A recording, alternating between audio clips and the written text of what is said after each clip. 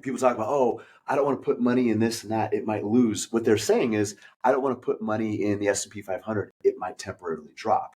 What they do is they choose stability over long-term security.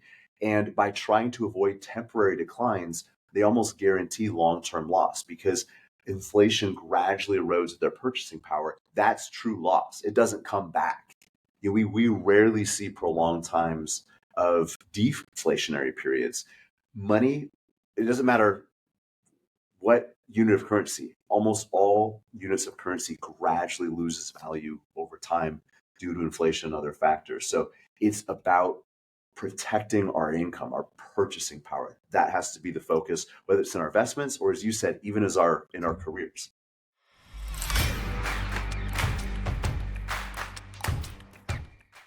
And we are back on the Money, the Mindset, and Mentoring podcast. We're super excited here to have Chad Hufford of Veritas, Alaska. Chad, man, you are an absolute rock star. We first obviously really bonded on the idea of you and jiu-jitsu. And that was a great first conversation to talk about that. I was really excited. And then when we started diving deep into what you help people with, I was like, man, we are so aligned on so many topics. So it's really great to have you to the show. It's a pleasure to be here, Steve. Thank you so much for having me. No, I appreciate you. So one of the things, well, let's first start off actually with introducing yourself to the audience and tell them a little bit about Chad. So born and raised here in Alaska, husband, father, 6 kids. We've got quite an adventurous life, living in the last wilderness here.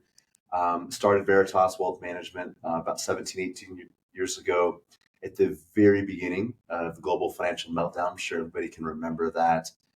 I had a kid on the way, terrible timing, but it was, I'm glad I did it. We've been able to help a lot of families plan for their future, create a retirement income they don't have to worry about outliving, and most of all, make sure that they don't run out of money or purpose in retirement. That's been a big part, is making sure that people don't just have the wealth side figured out, but also the mindset figured out, that they still have some purposeful pursuit.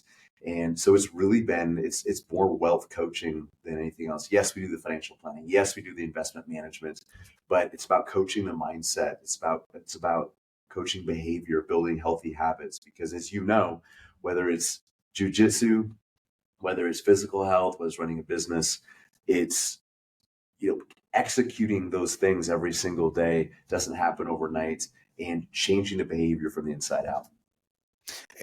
Absolutely right. And one of the things that we talked about on our last conversation was the idea of, how to look at what you're doing today in order to look at for the future. And I think you said it really well. And I just wanted to come from you and get your perspective on what do we do today to set ourselves up for the future in a mindset perspective.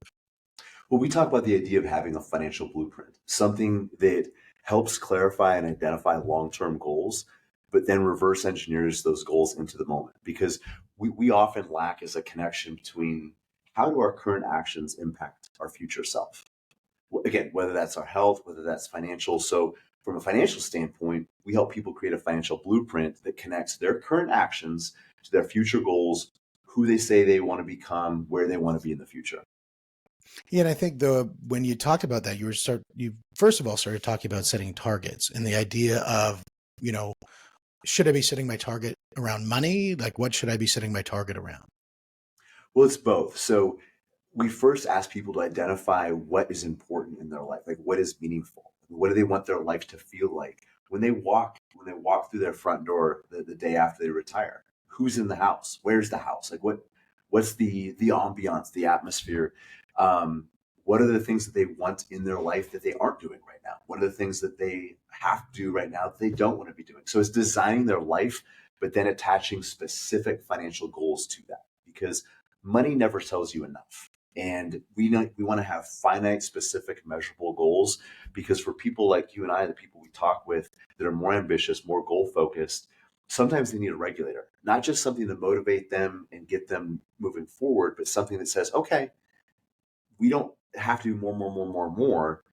There's a time where you say, we've put in the work this month. We can also enjoy the moment a little bit too. So a blueprint not only helps keep us on track, keeps us motivated, but it also allows us to balance serving ourselves in the future, but still living in the present today.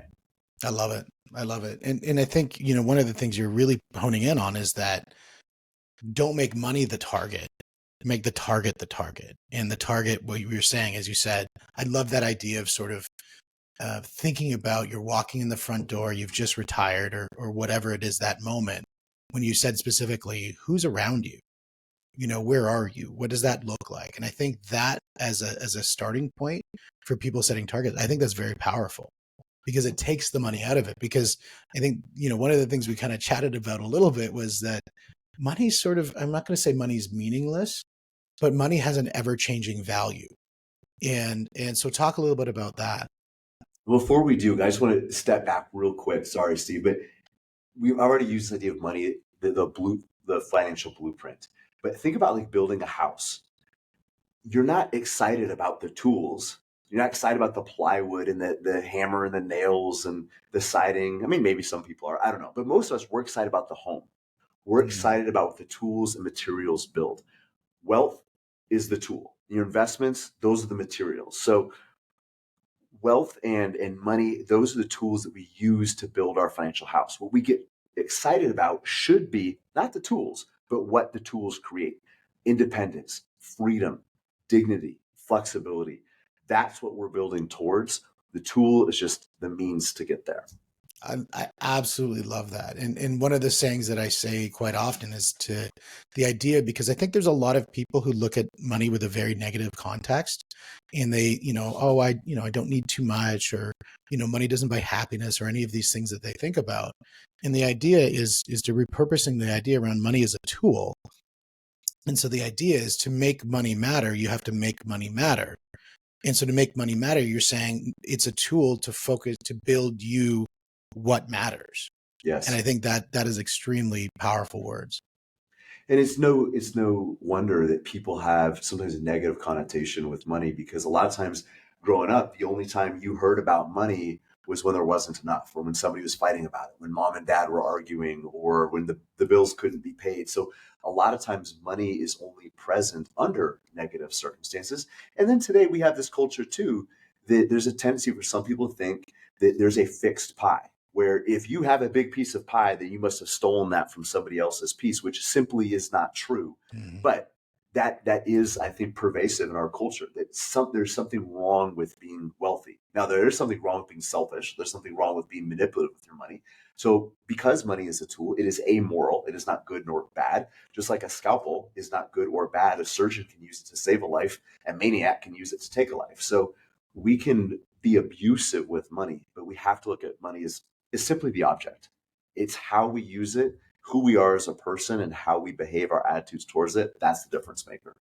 Yeah, absolutely. And the other thing too is when you look at money, it has a changing value as well. It's not something that a dollar is a dollar is a dollar. And that's something to kind of think about. No, absolutely. And sorry, I took us off track there because you already brought that up. I think that's one of the huge mistakes people make, is when we think of money, we actually envision currency and units of currency. And people say, well, I just had this conversation yesterday.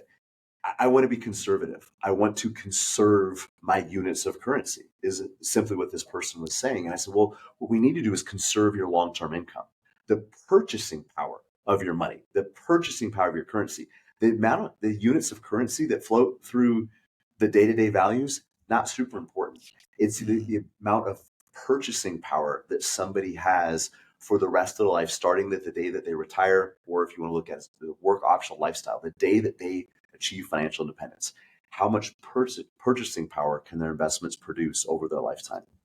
You said two really interesting things, and the first thing is the idea of not maintaining a amount of money, but maintaining an amount of purchasing power.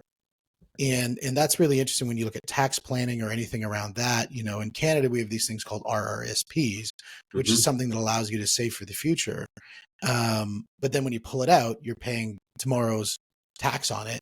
And so you kind of got to you're either going to get hit now or you're going to hit later. Well, if you want to have the same purchasing power in the future, on an after-tax basis, you got to kind of put that into that strategy. So the idea of maintaining purchase power allows you to ask questions that maybe people normally aren't thinking. It allows people to ask the right questions. Because again, this is about financial independence, about freedom. And a lot of times people try to protect or stabilize the wrong variable. People are trying to stabilize or protect their current principal, not their future purchasing power. So when we Mm. bring a fixed income into a rising cost world, and unfortunately, that's what my industry has taught people. This is safe. Bonds, cash, things that are stable, but stable is not safe. Comfortable does not equal security. And when we are bringing fixed incomes into an increasing cost world, it can actually be a recipe for disaster. And it's caused by people focusing on the wrong variable. They're fighting the wrong battle, and they're trying to stabilize and protect units of currency instead of long-term purchasing power. Yeah, and I think, that's one of the things that when we step even outside of the world of investing and we look at choosing career paths, it's very difficult, especially given this last few years of just the eye-opening experience that we went through as a culture in the US and in Canada, really around the world, Yeah. with this massive inflation that we had. I mean, if you have a job as a teacher, as as a firefighter or paramedic or whoever else you are, where you've been comfortable with the income that you're getting on a monthly basis. Now that your income hasn't changed, but your costs sure have. And so that thing that you originally looked at as stable is actually the biggest threat to what it looks like for you in the future. And just think of it like this. I mean, stable income in a rising cost world is gradually losing money. Hmm. And people talk about, oh, I don't want to put money in this and that. It might lose. What they're saying is, I don't want to put money in the S&P 500. It might temporarily drop. What they do is they choose stability over long-term security. And by trying to avoid temporary declines, they almost guarantee long-term loss because inflation gradually erodes their purchasing power. That's true loss. It doesn't come back. We rarely see prolonged times of deflationary periods. Money, it doesn't matter what unit of currency, almost all units of currency gradually loses value over time due to inflation and other factors. So it's about protecting our income, our purchasing power. That has to be the focus, whether it's in our investments or, as you said, even as our in our careers. Yeah, no, Like careers, 100%. who wants to sign up for a job that promises to never give you a raise? But but people do that in their investments all the time by freezing and trying to stabilize their principal. They end up reducing the ability to give themselves a raise in the future. Absolutely. And I think a lot of the times when we look at it's not fundamental to the idea of their career or their investment or anything. It's fundamental to a mindset shift that needs to happen in looking at the difference between that conservative, and I'm not talking politically conservative, but I'm talking more like protectionist sort of mindset. I use that as the word I like using in that is scarcity, is that they Mm-hmm. have a scarcity mindset. In other words, they got this little thing and they need to protect it. It's scarcity versus the mindset of abundance. And the mindset of abundance is yes, there's risk out there, but that risk is going to get me to something greater. I mean, a very simple analogy would be to the idea of relationships, the idea of talking to people you don't know. A lot of times people have the scarcity mindset that they don't want to build their network. They don't want to get to meet new people because they just want to, they have a smaller group of people and that's where their world is. Whereas if they would reach out and meet that new person, that could change their life forever. And so the idea of just opening that next door and meeting the next person, that's an abundant. And then sharing with that person with abundance and really growing together. That is the next level of growth when you look at that. Now, that applies to relationships, that applies to your employment, and that certainly applies to the way that you're looking at when you're dealing with your wealth. And it's a great perspective, I think, to have on life in general because too many people go from growth to protect. They're in this mindset of growth where I'm making impact. I'm trying new things. I'm taking risks. Sometimes it's emotional risk. Sometimes it's financial risk. Sometimes it might be physical risk. But they're trying to improve. And then at some point, they just try to protect. It's like a mother hen. And it's I look at it as, are you playing to win or are you playing to not lose?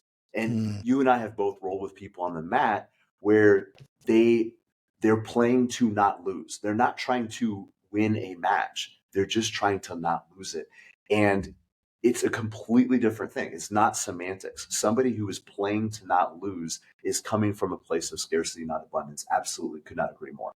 Absolutely. And when you look at that from the jiu-jitsu thing, I think I'm with you 100% on that, because I know when I'm coaching people into their tournaments, you can see visually them doing it.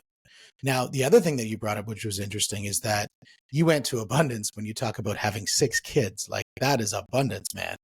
And the idea of parenting, that's another thing that plays into, as your kids are in their youth and that sort of thing, we do everything to expose them to certain things, but then protect them from others.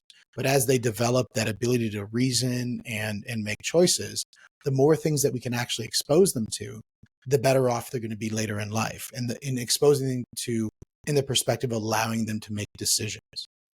Allowing them to make decisions and allowing them to fail. I think so often we try to protect our kids from failure, but failure is a great source of feedback if we can teach our kids to learn from it, to view it as an experiment, not a detriment. Whereas, okay, yeah, things didn't go the way you planned, but what can we learn from that? Can we change something? Can we prepare more next time? Or was it something that actually we did our best and things just didn't work out? Let's try that exact same thing again, and maybe we'll get a different outcome. But we try to protect our kids from failure. And I think what ends up happening is we reinstill that scarcity mindset, because failure is not what causes people to not reach their dreams.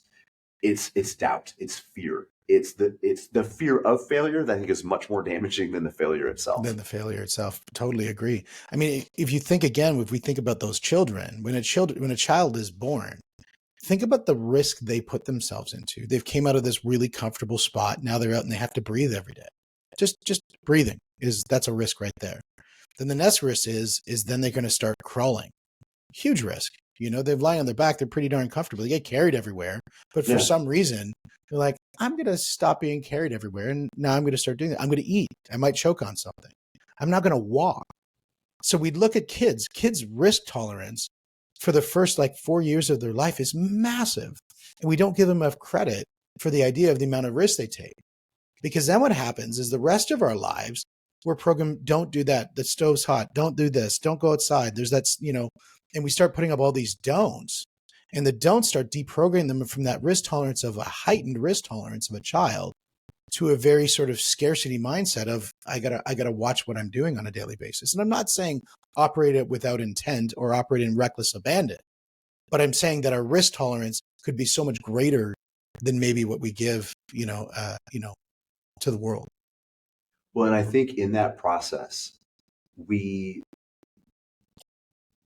train dreaming out of somebody, because when you're a little kid, you're a superhero, you're a cowboy, you're a firefighter, whatever. Like you're a hero, and you're a king, you're a queen, you're a prince, whatever. But we have these dreams, and then pragmatism and practicality slowly creep in and kill off those dreams. By the time we're adults, we've forgotten how to do it because we're so afraid of uncertainty. We're so afraid of the unknown that we would a lot of times choose the knowns that we don't like. We choose the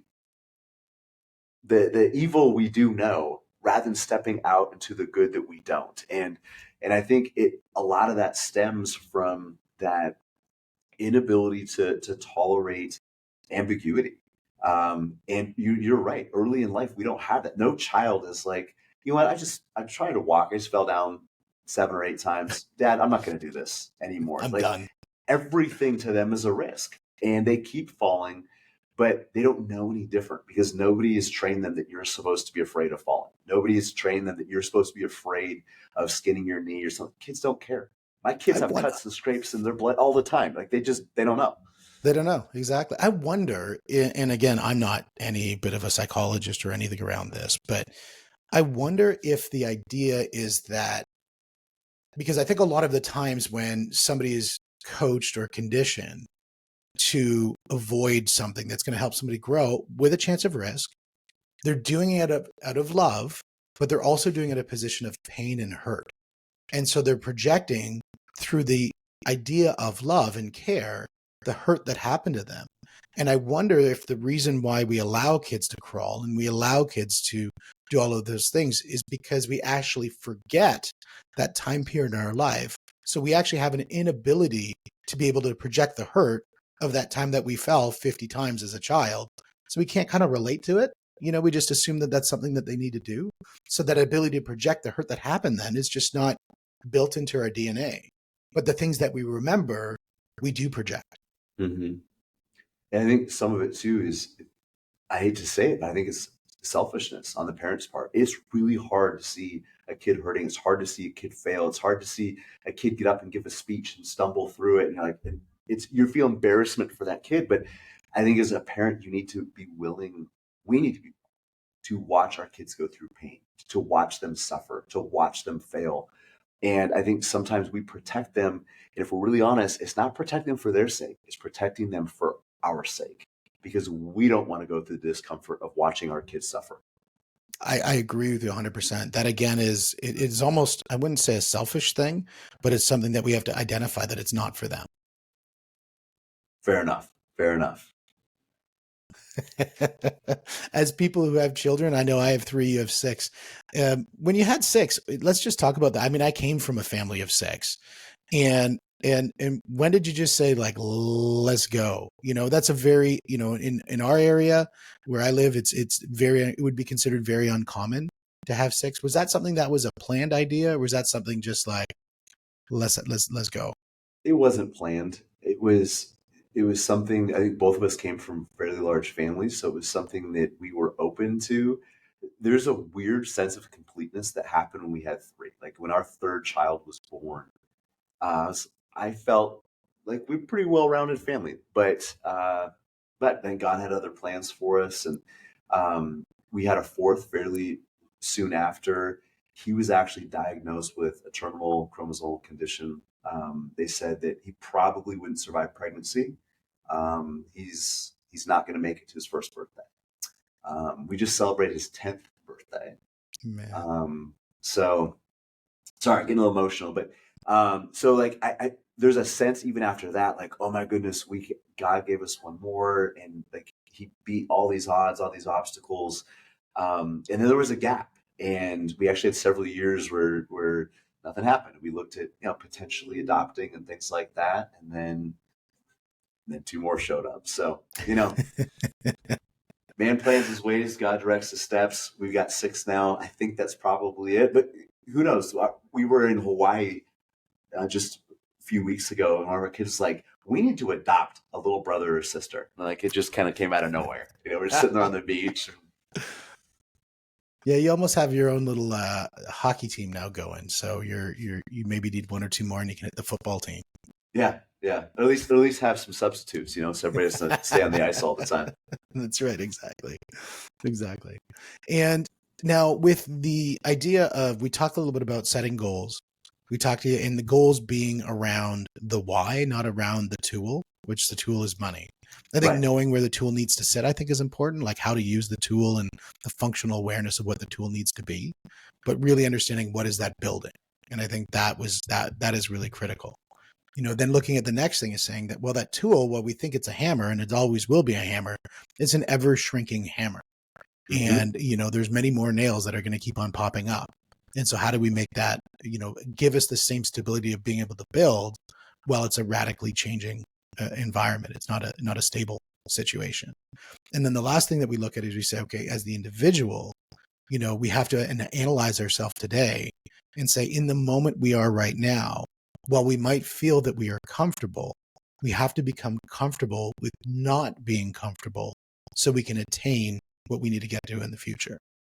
Yes, Nick Murray calls that, the author Nick Murray calls that rationality under uncertainty, saying, I don't know what the future is going to bring, but I need to be prepared to step out into the unknown rather than being stuck in the fear of the uncertainty. And again, it's a tolerance for ambiguity and being able to be uncomfortable in the moment so you can have more security in the future. It's interesting when we talk about the ambiguity, because it's a human condition, I think, when you look at chaos versus structure. Mm-hmm. And the idea is that most people think that they want true freedom. And when I talk about true freedom, I'm freedom of rules, freedom of everything. Like, I'm talking, cloud cuckoo land. We have no rules, like from the Lego land. But then they start slapping some rules on it. It's like, well, we need some rules. And I think society is sort of similar in that way, is that the idea is that, yes, we want absolute freedom and absolute freedom to do anything, but the constraints allow us to find direction and purpose. And so by bridling ourselves with either a morality or bridling ourselves with a structure of financial direction or a structure of relationships, by bridling ourselves with those things today, it allows us to achieve that success we're looking at tomorrow. That is that freedom moment. Like you said very early on, you said, and I forget the exact word that you used, but you said it's like, you don't have to work, but if you want to keep on working. There was a word you used for that. Yeah, a job optional lifestyle A job optional. where Yeah, I love that. where you have independence from a paycheck. But to your point, we need structure, we need purpose, we need meaningful pursuit. So, the idea of financial independence being 30 years of Saturdays is, number one, it's not a big enough goal to make all the sacrifices to get there. It's not meaningful enough. That's why, to your point earlier, it's about making lifestyle goals, then attaching money to that. But yeah, we need structure, and I think a lot of times what people see as restriction can actually produce freedom. I'm sure you're familiar with Jocko Willink. He has a book where he talks about that, where discipline equals freedom. And think about like a budget or a calendar. It's not telling you what you can't do. It's prioritizing the most important things so those things do get done. It's directing your money, your energy, your time into the most important aspects of your life so those don't get missed. It's not about what you can't do. It's what absolutely must be done.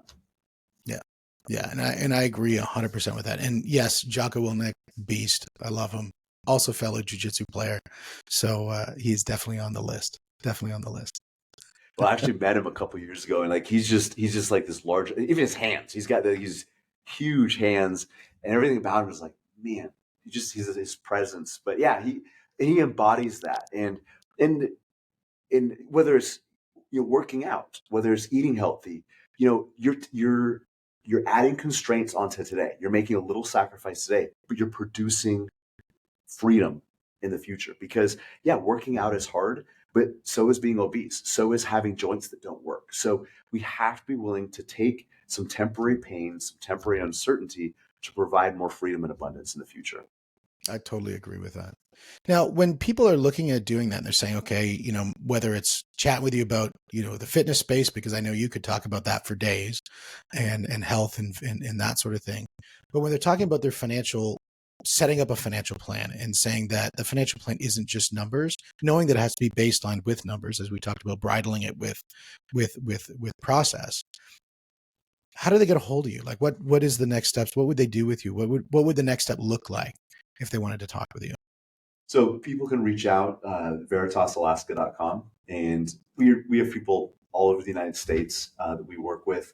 It's not just Alaska, but they can even send an email to ask@veritasalaska.com. And we begin the process with clarifying long-term goals, lifestyle goals, and then attaching money, because money is easy to measure, attaching monetary or financial goals to those lifestyle goals, then reverse engineering from where they want to be, where they are, creating a course in between. I love it. I love it. Now, when they invest with you, if they did decide to invest with you, because you're in Alaska, does that mean there will be no meltdowns that'll ever happen with the money? Or Gosh, I hope there's some meltdowns. We could certainly use some. All I see is snow and ice everywhere. No, our job is not to help you miss the storms, is to help you weather the storms. I And love it. again, it's rationality under uncertainty. There will be plenty of financial crashes that we're all going to live through together, but it's to weather those periods and to come out stronger on the other side, not to try to miss them or avoid them. I love it. I love it. Chad, it's been an absolute pleasure chatting with you today. You've dropped some absolute bombs on the audience today for them to really think about, and I really hope they do reach out to you. And again, that's veritasalaska.com is the website, and Chad Hufford is his name. And guys, reach out to him because he's just a wealth of knowledge, and it's been a true pleasure chatting with you today. Steve, it's been a pleasure for me as well. It's been an uplifting conversation, and hope it's encouraging and also exhorting for your audience, that it motivates them to move and take control of their future. Beautiful. And I look forward to seeing you on the mats as well at some point. All right. right. Let's do it. And guys, this is the Money Mindset Mentoring Podcast. We thank you so much for joining us today, and we will see you on the next one.